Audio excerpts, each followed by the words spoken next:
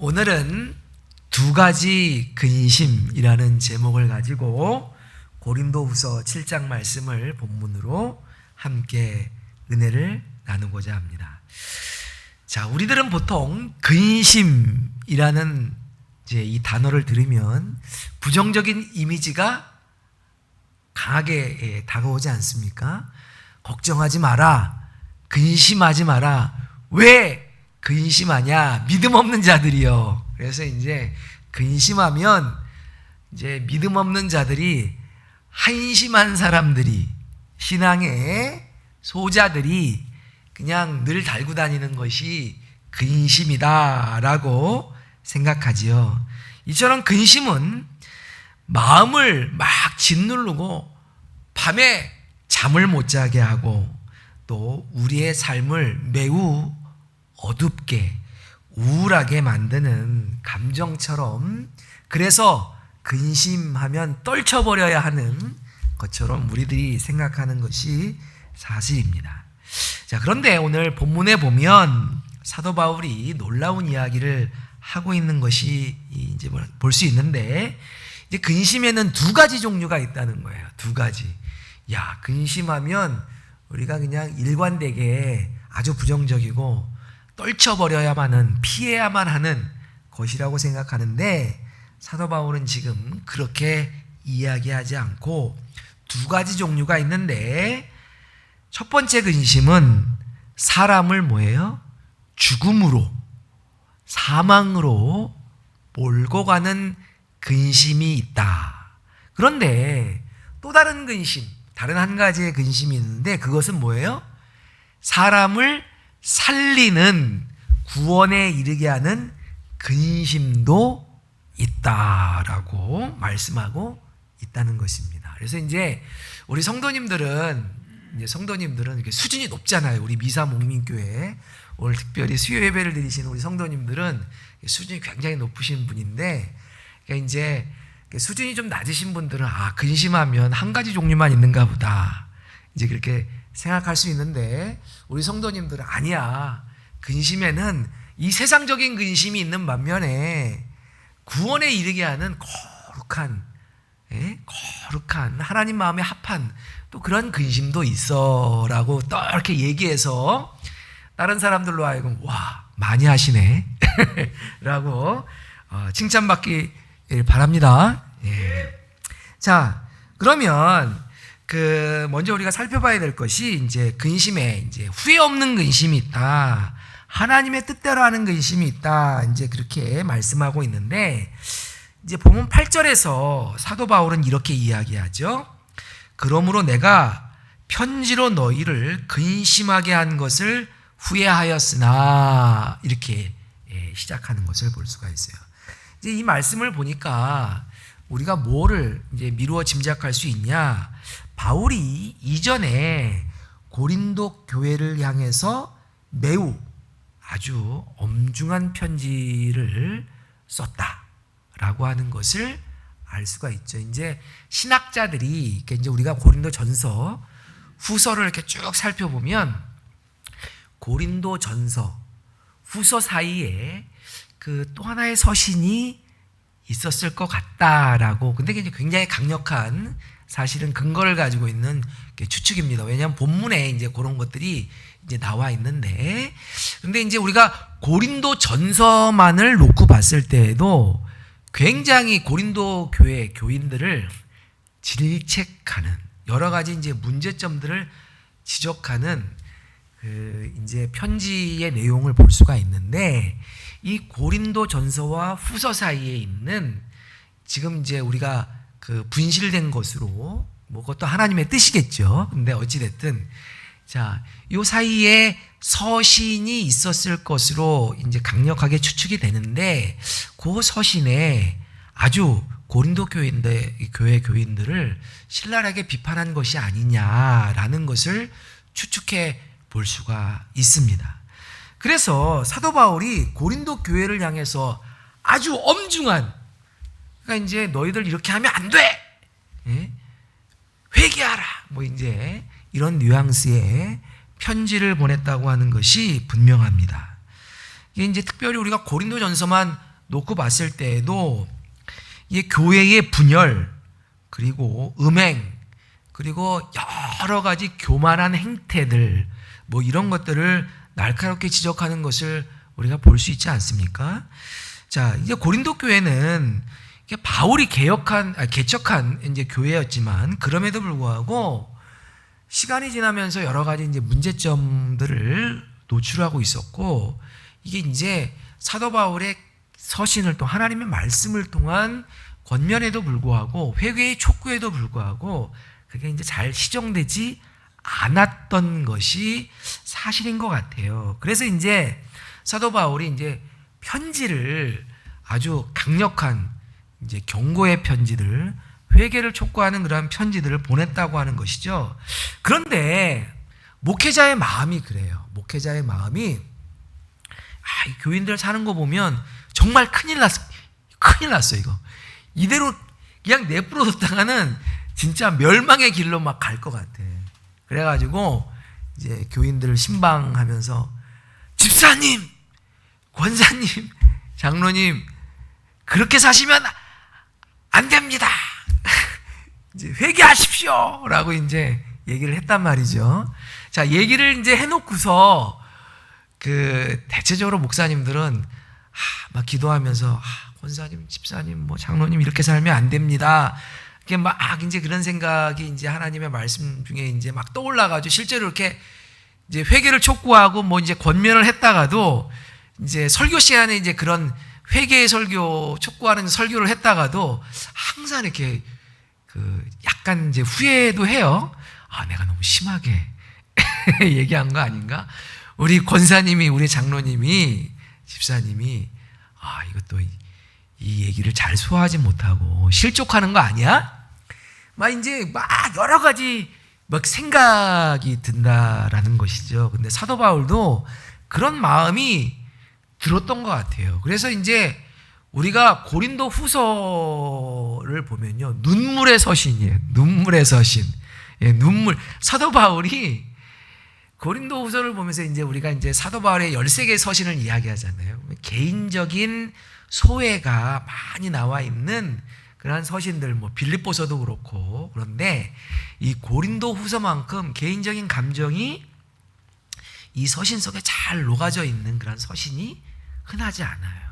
이게 보면 막 사도 바울이 후회하고 근심하고 눈물을 막 흘리고 고난 가운데 고통스러워하고 막 이제 이런 것들이, 그래서 이제 우리가 정상적인 이제 이 감정을 가진 사람이라고 한다면 고린도 후서를 읽으면서 사도 바울이 얼마나 힘들었을까, 뭐 이제 그런 생각을 하면서 이제 함께 눈물을 흘릴 수 있을 것이다라는 생각을 해보게 되는데, 어찌됐든 이렇게 막 설교를 해놓고선 하나님의 말씀을 증거해 놓고선 후회가 되는 거예요. 교인들이 또 이 말씀을 듣고 실족하면 어떡하나. 이제 막 이제 근심을 하고 후회를 하고 했던 것 같습니다. 자, 그런데 사도 바울은 고린도후서 쭉 내용을 보면서 이제 새로운 또 깨달음을 얻게 되는데, 내가 여태까지 근심했던 그 근심이 이게 이제 사망에 이르게 하는 그러한 안 좋은 부정적인 근심이 아니라 그 근심이 하나님의 뜻대로 하는 근심이었다라고 하는 것을 깨닫게 되는 것입니다. 다시 말해서 막 근심했어요. 내가 잘못 얘기한 거 아닌가? 우리 고린도 교회 교인들이 저렇게 살면 안 되는데, 막 이렇게 막 근심하고 후회하고 뭐 그랬는데, 나중에 기도하면서 사도 바울이 깨닫게 된 것은 그 근심이 잘못된 것이 아니라 하나님의 뜻대로 하는 아주 적절한 근심이었다라고 하는 것을 깨달았다라고 하는 것입니다. 이제 9절 말씀에 그래서 보면, 우리 9절 말씀 같이 한번 볼까요? 여기 보면 내가 지금 기뻐함은 너희로 근심하게 한 까닭이 아니로 도리어 너희가 근심함으로 어떻게 해요? 회개함에 이른 까닭이다. 그러니까 사도 바울이 기도 중에 깨닫게 된 것은 내가 근심함으로 너희가 뭐에 이르게 되었다? 회개에 이르게 되었기 때문에 나의 이 근심이 잘못된 것이 아니라 하나님의 뜻에 합한 것이었다라고 말씀하고 있다는 것입니다. 그러니까 여기서 중요한 게 회개이죠. 하나님의 뜻대로 하는 근심은 무엇을 낳는다? 회개를 낳는다라고 하는 것입니다. 할렐루야. 하나님의 뜻대로 하는 근심은 뭐를 낳는다? 회개를 낳는다. 자, 그래서 본문 10절에서는 이렇게 이야기하고 있죠. 하나님의 뜻대로 하는 근심은 후회할 것이 없는 구원에 이르게 하는 회개를 이루는 것이요 라고 말씀하고 있어요. 놀랍죠. 그러니까 근심에 이 사도 바울이 하는 이 거룩한 근심은 하나님의 뜻대로 하는 근심이고, 이 근심은 회개를 하게 하여서 궁극적으로는 그 사람이 어떻게 해요? 구원에 이르게 한다라고 하는 것이죠. 사랑하는 우리 성도 여러분, 그러니까 이제 우리도 거룩한 근심, 사도 바울과 같은 거룩한 근심을 좀 품을 필요가 있어요. 가질 필요가 있어요. 그래서 우리 주변에 예수 안 믿고 뺀질뺀질 그냥 세상을 향해서 그냥 무슨 뭐만 하면 뺀질뺀질 빠져나가는 그런 사람들이 있잖아요. 그리고 예수님을 믿는다고는 하지만 여전히 하나님의 뜻에 합한 그러한 삶을 살지 못하는 그러한 사람들, 계속해서 구원받은 이후에도 제 갈 길로 가려고 자꾸만 하는 그러한 사람들, 그런 사람들을 향해서 어떠한 마음을 품어야 된다? 하나님의 뜻대로 하는 거룩한 근심을 가져야 된다라고 하는 거예요. 저 사람이 저렇게 살면 안 되는데, 저 사람이 하나님을 영접해야 되는데, 저 사람이 돌이켜야 하는데 라고 하는 거룩한 근심을 품고 그 사람들을 위해서 기도하고 하나님의 뜻에 합한 행위를 해야 된다라고 하는 것이죠. 그러면 결국 그러한 근심은 뭐를 낳는다는 거예요? 우리가 기도하는 그 대상으로 하여금 회개케 하고, 그 회개는 뭐예요? 구원에 이르게 한다. 할렐루야. 이런 역사가 우리 공동체 안에 풍성하게 있기를 주님의 이름으로 축원합니다. 자, 그런데 11절 말씀에 보면 이게 이제 구원에 이르게 할 뿐만 아니라 이 근심이 회개하게 하고, 회개는 구원에 이르게 하고, 또 그 열매로서 나타나는 여러 가지 것들이 있는데, 여기 보면 간절함, 변증하게 함, 분함, 그리고 하나님을 두려워함, 사모함, 열심, 그리고 죄를 바로잡으려고 하는 태도라고 할 수 있죠. 벌함. 이러한 열매들을 풍성하게 나타나게 한다라고 하는 거예요. 그러면서 이게 우리가 고린도전서 후서 7장 11절에 읽어보면요, 막 우리가 기도할 때 쏟아내듯이 막 열정적으로 기도할 때가 있잖아요. 저는 고린도전서 7장 11절에 사도 바울이 거룩한 근심을 품고 막 누구를 향해서 기도했는데, 이 기도를 통해서 어떤 열매가 맺혀졌는지에 대해서 막 격정적으로 막 이해하고 있다라고 하는 느낌을 받아요. 그래서 제가 아까 본문을 읽을 때 막 좀 힘주어서 읽었는데, 우리 같이 한번 힘있게 한번 읽어볼까요? 보라, 하나님의 뜻대로 하게 하는 이 근심이 너희로 하여금 얼마나 간절하게 하며, 얼마나 변증하게 하며, 얼마나 분하게 하며, 얼마나 두렵게 하며, 얼마나 사모하게 하며, 얼마나 열심 있게 하며, 얼마나 벌하게 하였는가. 할렐루야. 이런 놀라운 역사가 우리 모두에게 있게 되기를 축원합니다. 자, 그런데 반대로 10절 후반부에 보면 또 다른 근심, 세상 근심이 있다. 하나님의 뜻대로 하는 근심이 있는 반면에 세상 근심이 있다. 근데 세상 근심은 무엇을 이룬다? 사망을 이룬다라고 말씀하고 있습니다. 그러니까 세상 근심이 도대체 뭐냐? 죄 때문에 슬퍼하는 것이 아니라 오히려 죄가 드러났기 때문에 부끄러워하는 것이라고 이제 이야기할 수 있죠. 뿐만 아니라 내가 원하는 세상의 욕구들이 있어요. 세상의 욕망, 육신의 정욕, 안목의 정욕, 이생의 자랑, 이것들을 이루지 못해서, 채우지 못해서 막 안다라는 거. 아, 더 가져야 되는데, 예? 더 가져야 되는데, 더 벌어야 되는데, 더 좋은 거 먹어야 되는데, 더 화려한 거 누려야 하는데, 그런 것들을 누리지 못해서 마음속에 붙는 여러 가지 근심들, 이런 것들을 의미한다라고 이야기할 수 있습니다. 자, 그러니까 이런 근심들은요, 회개로 이어지지 않지요. 이러한 근심은 결과적으로 절망하게 해요. 사람들로 하여금. 왜? 막 얻고자 안다라는 것이 있는데 얻어지질 않네. 절망해. 그리고 또 내가 간절히 뭔가를 원했는데 뭐 세상 말로 운 좋게 얻었어요. 그럼 또 어떻게 해요? 사람으로 하여금 교만하게 하네.